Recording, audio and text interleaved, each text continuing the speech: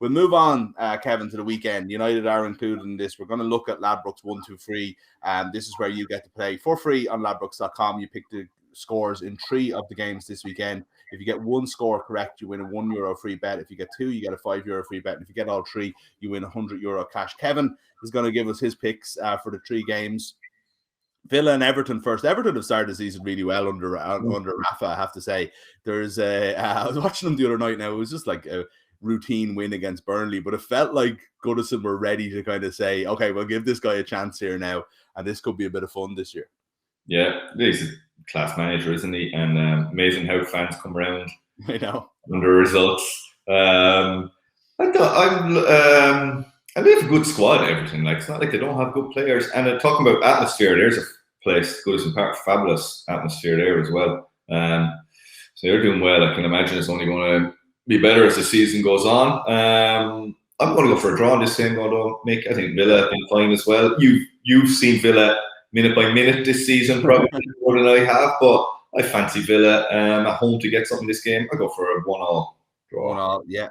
I've never seen a better reaction to a 3-0 defeat as happened on Saturday evening against Chelsea. It went up against the All-Ireland final, so a lot of people won't have seen it. But a good performance in a 3-0 defeat to Chelsea, which might show you how good Chelsea are. We'll talk about them in a second. But West Ham and United, the Jesse Lingard derby. West Ham, they've got Europe on Thursday night, which isn't something that normally West Ham have to worry about before a game on a Sunday, and which is brilliant. Moyes, they started well again. They look a decent side. Watching them just a match a day highlights against Southampton, and I wonder if there'll be a kind of a crash back to earth slightly as the year goes on. But the forward line looks exciting. Like, they're a decent side, West Ham. Yeah, and I saw you had that sort of crash back to earth feeling last year, and it didn't really happen. They kept it going early all season. So the one thing is Europe. It does seem to get in the way of teams who aren't used to have been there, who mightn't have the squad to deal with it. So that'd be a one where he's playing on a Thursday night and then having to come back and play Man United. I know Man United were playing last night, but it's an extra day for them. So that is why United seem to bounce back from a poor result with a win or a good performance. So I'm going to go for an away win in this one, a 2-1 Man United. I think it was something similar last season, Man United at West Ham. Can't exactly remember. I seem to remember Pogba scoring. I think it was Man United West Ham. Pogba scoring a really good goal, maybe to win it near the end. At West Ham as well. I'll go for a 2-1 away win. Okay, so a 2-1 away win there for United in London at the London Stadium. Then another game in London derby, Spurs and Chelsea. This is a really interesting one to me. Spurs were absolutely terrible against Palace on Saturday morning. I couldn't believe it. It was just like, I don't know why you expect more or whatever, but they started the season quite well. You're thinking, right, they've left the weirdness of the last few seasons behind them, and we'll see what they are. Maybe they're a team who could challenge for 4th, 5th and just be a little bit more consistent. And they just never showed up at all.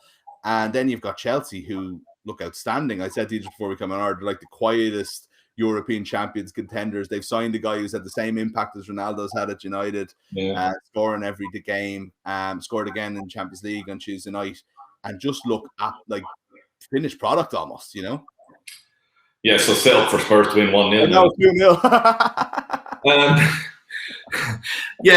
I couldn't believe that Crystal Palace game.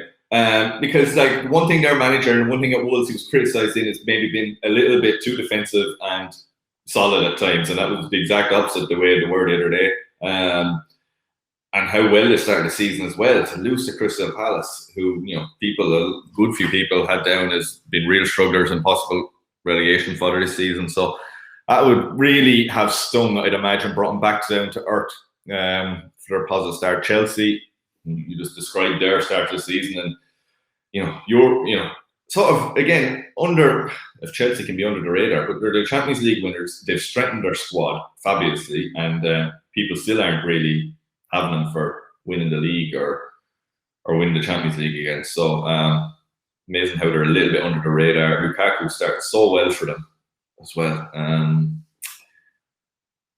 It'd be Is that stupid. your favourite current player? I always feel like when you speak as a footballer now, I'm not saying as somebody that's just a supporter or anything like that, but is he the kind of player that you admire the most in football? I do like the way he plays centre forward. Yeah, he's nearly old school type centre forward, and less of those in the league. Like Ronaldo's a winger playing centre forward. Man City don't play a centre forward half the time. Liverpool don't play a centre forward. Chelsea are with Lukaku. He's number 9, holds the ball up but runs in behind as well, brings people into play, and then scores goals at the end of it. He does a little bit of everything.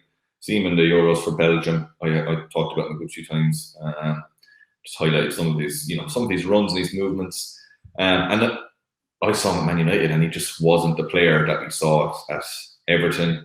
He wasn't the player then that was, when he went to Inter Milan, how he changed overnight. And they said it fixed something in his bowel and his diet that was affecting him, and he became the player that he had the potential to be for all those years at Everton. And now he's started off at Chelsea like that again. Looks unplayable when he plays well. He's got a bit of everything. So I like him. Everyone likes him, don't they? Well, most people would like to have him in their team when he's playing like this. So, but as a centre forward, I'd appreciate what he does. He does a little bit of everything, works hard. So, probably going to be top scorer in the league, to be honest. Probably Ronaldo. Ronaldo, yeah. Yeah, he sort of guarantees you goals. He doesn't go through a spell where he doesn't score. He just seems to guarantee you goals. Again, in Italy, where it's not easy to score, he did it last couple of seasons. So yeah, but yeah, I'm going to go for an away win. I'm going to go for